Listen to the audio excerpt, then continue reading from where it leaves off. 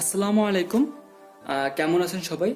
আজকে আমি যে বিষয়টা নিয়ে আপনাদের সাথে কথা বলবো সেটা হচ্ছে যে আমরা কিভাবে আমার ল্যাপটপ বা আমার যে অ্যান্ড্রয়েড ফোনটা আছে সেই অ্যান্ড্রয়েড ফোনটাকে আমার ল্যাপটপ বা পিসির সেকেন্ডারি মনিটর হিসেবে আমরা কিভাবে ব্যবহার করতে পারি। আপনারা দেখতে পাচ্ছেন যে এখানে আমি কিন্তু আমার ল্যাপটপের এখানে একটা স্ক্রিন আছে, এখানে আমি মোবাইলের স্ক্রিনটাকে আমি কিন্তু সেকেন্ডারি মনিটর হিসেবে ব্যবহার করতেছি এবং সম্পূর্ণ ওয়াইফাই এর মাধ্যমে। এখানে কোনো কেবল না, আপনারা চাইলে ইউএসবি দিয়ে ব্যবহার করতে পারেন। এবং এখানে যে সফটওয়্যারটা আমি ব্যবহার করছি এটা হচ্ছে সম্পূর্ণ ফ্রি এবং খুবই ইজি টু ইউজ, আবার টাচেও কাজ করে, বুঝতেই পারতেছেন। সো আশা করি যে এই জিনিসটা আপনাদের অনেকের কাজে আসবে, অনেক হেল্প হবে। তো চলুন কথা না বাড়িয়ে আমরা দেখে আসি যে আমরা কিভাবে আমরা জিনিসগুলো ব্যবহার করতে পারি। তা আমাদেরকে যেটা করতে হবে, আমরা হচ্ছে আমাদের ইসে যাব, ব্রাউজারে যাব, গিয়ে আমরা এখানে একটা অ্যাপস ডাউনলোড করতে হবে। অ্যাপসটার নাম হচ্ছে স্পেস ডেস্ক। আমি একটু সার্চ দিচ্ছি, SPAC, আমি আগে সার্চ দিয়েছিলাম, সুতরাং আমার এখানে নামটা উঠে আছে। আমি স্পেস ডেস্ক লিখে সার্চ দিচ্ছি, দিলে এরকম একটা ওয়েবসাইট আসবে। তো এই ওয়েবসাইট থেকে আমরা হচ্ছে এখানে ঢুকবো, spacedesk.net।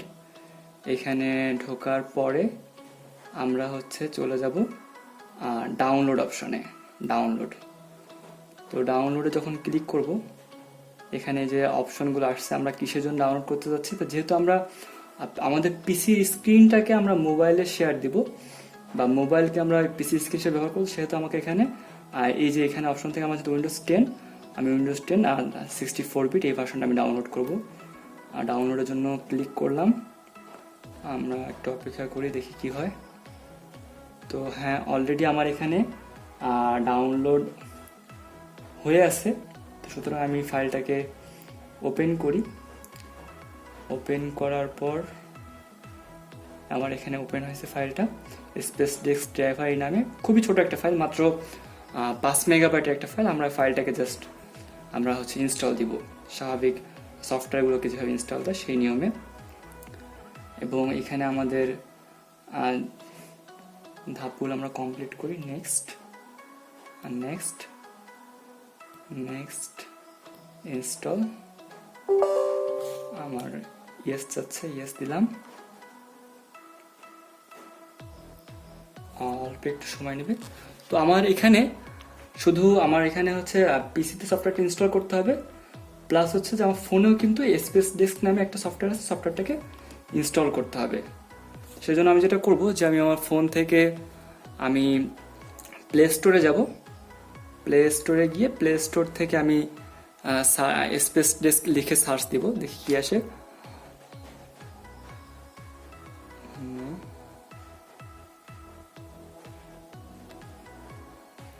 SPACE স্পেস DE, যে স্পেস ডেস্ক সফটওয়্যারটা আমরা হচ্ছে ইনস্টল দিব। খুবই ছোট একটা ফাইল, মাত্র 771 কিলোবাইট। ইনস্টল আমার এখানে ডাউনলোড হয়ে ইনস্টল হচ্ছে, কতক্ষণ সময় নেয়। অলরেডি ইনস্টল হয়ে গেছে। এখন আমরা দেখব যে এই অ্যাপসটা আমরা কীভাবে ব্যবহার করতে পারি। এটা আমরা কেটে দিই।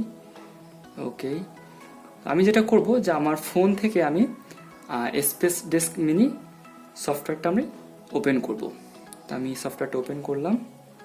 এখানে আমাকে কিছু নির্দেশনা দিচ্ছে, আমি আপাতত ওকে দিই। দেওয়ার পর আমি আমার যে পিসি এবং আমার মোবাইল দুইটাই কিন্তু একই ওয়াইফাই নেটওয়ার্কে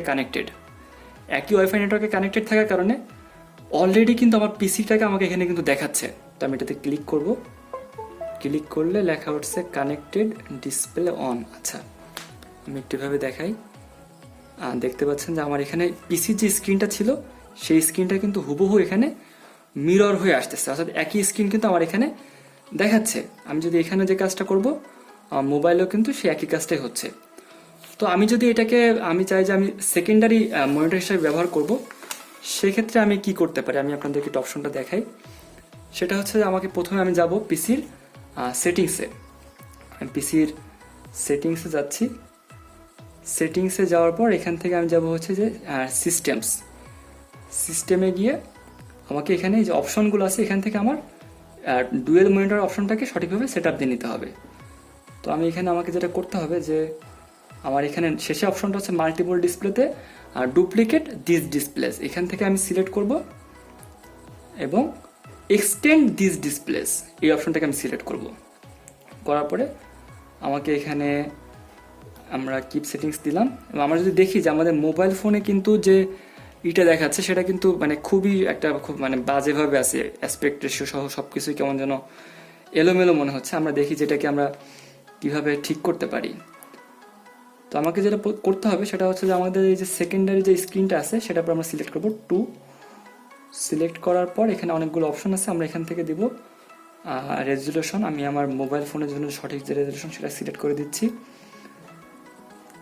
কিপ সেটিংস, তারপরে হচ্ছে আমি স্কেল সাইজটা দেবো হচ্ছে 175%। সো এখন দেখতে পাচ্ছি আমার এখানে কিন্তু আইকনগুলো অনেক তুলনামূলক বড় হয়ে আসছে। এবং আরেকটা কাজ করতে হবে সেটা হচ্ছে যেহেতু আমার স্ক্রিনটা এই যে সেকেন্ডারি স্ক্রিনটা যেহেতু আমার বড় স্ক্রিনের নিচে আমি এখানে ব্যবহার করতেছি, সুতরাং আমি এটাকে ধরে আমি বড় স্ক্রিনটার নিচে এনে এভাবে রাখবো। আর রাখলাম, দেন অ্যাপ্লাইতে ক্লিক করার পরে মানে বিষয় যেটা হবে সেটা হচ্ছে আমার যে কার্সরটা আছে সেই কার্সরটা কিন্তু আমার উপরের স্ক্রিন থেকে নিচের স্ক্রিনে আসছে। আমি এখানে নিচের স্ক্রিনে আমি ওয়ালপেপারটা চেঞ্জ করি।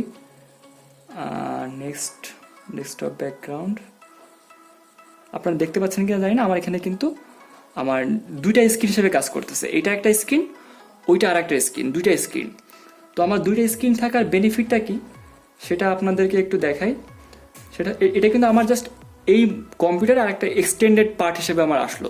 এবং মজার বিষয় হচ্ছে যে এটা কিন্তু টাচ স্ক্রিন অ্যানাবলড, অর্থাৎ আমি যদি এখানে টাচ করি তাহলে কিন্তু আমার এখানে আমি ইউজ করতে পারবো। আমি যদি আমাদের গ্যালারি ওপেন করি, যেমন আমি এটাকে যদি আমার ফাইল এক্সপ্লোরার আমি যদি ধরে এভাবে নিচে নিয়ে আসি, আমার কিন্তু নিচে এটা চলে আসতেছে। এবং আমি কিন্তু এখানে কিন্তু চাইলে কিন্তু টাচ করে কিন্তু কাজ করতে পারি। যেমন এখানে টাচ করতেছি, কাজ হচ্ছে। তো এখন আমি যেটা করব সেটা হচ্ছে যে আমি আপনার মানে একটা ইউজ কেস সিনারিও দেখাবো যে কখন বা কোন সময় আমার এটা বেশি অ্যাপ্রোপ্রিয়েট হবে এই জিনিসটা ইউজ করা, সেটা আমি আপনাদেরকে একটু দেখানোর চেষ্টা করব। তো অনেক সময় দেখা যায় যে আমি যখন প্রোগ্রামিং করি তখন আমাকে দেখা যায় যে আমি এখানে হয়তো বা কোনো একটা উইন্ডোতে কাজ করতেছি আর আমাকে হয়তো বা কোনো একটা টিউটোরিয়াল দেখে আমাকে কাজ করতে হচ্ছে। আমি আপনাদেরকে একটু দেখাই বিষয়টা কেমন। আমি আমার এখানে আর সফটওয়্যারটাকে ওপেন করব, আর স্টুডিও, এবং আর এর জন্য আমার একটা স্পেশাল টিউটোরিয়াল আছে, সেটাতে আমরা চলে যাব। টিউটোরিয়ালটার নাম হচ্ছে, ও হ্যাঁ আরেকটা কথা, আপনারা কিন্তু চাইলে কিন্তু ইউএসবিতে কানেক্ট করেও কিন্তু এখানে আপনি মানে ফোনের সাথে পিসিতে কানেক্ট করতে পারবেন। OTEXT, এখানে একটা বই আছে। আমি বেসিক্যালি যেটা করি সেটা হচ্ছে যে আমি এই বইটা থেকে আমি দেখে দেখে পড়ি যে আমাকে কোন বিষয়গুলো আমাকে কাজে লাগাইতে হবে, এবং সেই বিষয়গুলোকে আমি এখানে আর এর ভিতরে আমি কোডে এখানে আমি সে অ্যাপ্লাই করি, আমাকে এভাবে কাজ করতে হয়। তো অনেক সময় দেখা যায় যে আমাদের সিঙ্গেল যে মনিটর আছে এটা আমাদের জন্য অনেক সময় লিমিটিং ফ্যাক্টর হয়ে যেতে পারে। যেমন আমরা যদি এখানে একটু দেখি যে এখানে একটা বই মতো আছে, what can be forecasting data method. আচ্ছা, আমরা টিএস অবজেক্টে ক্লিক করলাম। এখানে আমরা ধরা যাক আমরা এই কোডটুকু আমি প্র্যাকটিস করতে যাচ্ছি, বা আচ্ছা টাইম প্লটস, এখানে যাই। এই ধরা যাক আমি এই গ্রাফটা আমি দেখতে চাচ্ছি, সেক্ষেত্রে আমাকে যেটা করতে হয় যে আমি এই স্ক্রিন থেকে আমাকে আবার আমার এখানে যেতে হবে, যাওয়ার পরে আমাকে আবার কোডটা কপি করে আনতে হবে। এখানে ক্লিক করলে কপি হবে। তারপরে হচ্ছে এখানে এসে আমি আবার টেস্ট করলাম, Ctrl+V। আচ্ছা, আমি তো ইরর খাবো তাই না, কারণ আমি হচ্ছে যে লাইব্রেরিটাকে ইনস্টলাইজ করিনি। আমার লাইব্রেরির নাম হচ্ছে FPP2, FPP2 লাইব্রেরি। এটাকে প্রথমে ইনিশিয়ালাইজ করে নেওয়া লাগবে। লাইব্রেরিটা ইনিশিয়ালাইজ কমপ্লিট। এবার আমি যদি আমার কোডটাকে কপি করি, কন্ট্রোল ভি এন্টার, এই যে আমি কিন্তু আমার এখানে গ্রাফটা দেখতে পাচ্ছি। আবার আমি যখন আমার ফাইলটা যখন পড়তে যাবো তখন আমাকে আবার এভাবে আসতে হবে। আপনি যদি বলতে পারেন যে পাশাপাশি রাখা যায়, পাশাপাশি রাখলে জিনিসটা অনেক সময় দেখা যায় যে স্ক্রিন ছোট হয়ে যায়, লেখার শেপটা কমে যায়। তো এই জন্য আমি যেটা করব সেটা হচ্ছে যে আমার এই যে স্ক্রিনটা আছে, এই স্ক্রিনটাকে আমি ধরে আমি যদি নিচের স্ক্রিনে নিয়ে চলে আসি, স্ক্রল ডাউন, আর নিচের স্ক্রিনে আল্লাহ কই গেল, আর একটু নামাইতে হবে, এখানে আনলাম। আনার পর আমি এটাকে ম্যাক্সিমাইজ, তারপর যদি আমি এখানে এটাকে দিই, আমি কিন্তু সুন্দরভাবে এটা পড়তে পারতেছি। এবং আমি যদি এখানে এটাকে নিচের স্ক্রিনটাকে ফুল স্ক্রিন দিই, আমার কিন্তু এখানে কিন্তু টাচ স্ক্রিন কাজ করতেছে। আমি কিন্তু এখান থেকে পড়ে আমি আমার উপরের যে উইন্ডোটা আছে সেই উইন্ডো থেকে আমি কিন্তু, এবং আমি মাউস কিন্তু উপরে নিচে কিন্তু আনা নেওয়া করা যাচ্ছে। হ্যাঁ, আমি উপরে উইন্ডো থেকে আমি আনতে পারতেছি, বা আমি মোট কথা আমার এটাকে সেকেন্ডারি স্ক্রিন হিসেবে এটা আমি ব্যবহার করতে পারতেছি। এবং এটা কিন্তু যে আমার টাচেও কিন্তু কাজ করতেছে। হ্যাঁ, আমি যদি এখানে চাই যে আমি এখান থেকে একটা কিছু কপি করে উপরের ওখানটাতে বসাবো, দেখি কোনো কোড আছে কিনা আমার এখানে। এই পেজে কোড নাই, নেক্সট পেজে যাই।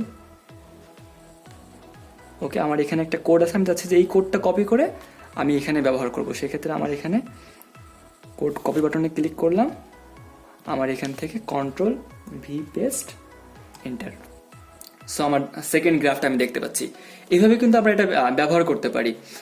আর একটা আমার কাছে খুব ইম্পর্টেন্ট ইউজ কেস সিনারিও যেটা মনে হচ্ছে সেটা হচ্ছে যে আমাদের সম্মানিত শিক্ষকরা এখন অনেকেই অনলাইনে ক্লাস নিচ্ছেন। তো আমরা যখন আমাদের শিক্ষকরা যখন অনলাইনে ক্লাস নেন তখন তারা আমাদের স্ক্রিনটা হচ্ছে শেয়ার করেন। তো জুমে যখন স্ক্রিন শেয়ার করে তখন কিন্তু জুমে যে অন্য যারা যে কমেন্ট করতেছে চ্যাটে কিংবা হ্যান্ড রেজ করতেছে, কেউ মিউট আনমিউট হচ্ছে, এই বিষয়গুলো কিন্তু তখন আর দেখা যায় না। তো তখন একটা কাজ করা যেতে পারে যে ল্যাপটপ বা পিসি মেইন স্ক্রিনটাকে জুমে শেয়ার দিয়ে নিচে যে সেকেন্ডারি যে স্ক্রিনটা আছে সেই স্ক্রিনটাকে হয়তো বা আপনার চ্যাট বা মিউট অপশন বা কে কে পার্টিসিপেন্ট আছে সেটা লিস্ট দেখার জন্য ব্যবহার করা যেতে পারে। অর্থাৎ মোট কথা আমাদের যত সেক্টরে আমাদের সিঙ্গেল স্ক্রিন আমাদের জন্য লিমিটিং ফ্যাক্টর হয়ে যাবে, সব জায়গায় আমরা এটাকে ব্যবহার করতে পারবো। এটা হচ্ছে আমাদের সবচেয়ে বড় বেনিফিট। আর এটার আর একটা বড় বিষয় হচ্ছে এই যে সফটওয়্যারটা স্পেস ডেস্ক, এটা হচ্ছে সম্পূর্ণ ফ্রি হওয়ার কারণে আমাদের এখানে কোনো টাকা পয়সার কোনো ঝামেলা নেই, বুঝতেই পারতেছেন। আর এছাড়া অন্য যে সফটওয়্যারগুলো আছে আমি কয়েকটা সফটওয়্যার ট্রাই করছি, মোটামুটি সবগুলোতে আমি সাকসেস হতে পারিনি। সেক্ষেত্রে আপনারা যারা এটা আমাদের মনে হয় যে আপনাদের কাজে লাগবে জিনিসটা, এই জন্যই আমি এটাতে আপনাদের শেয়ার করলাম। তো ধন্যবাদ সবাইকে, ভালো থাকবেন, আল্লাহ হাফেজ।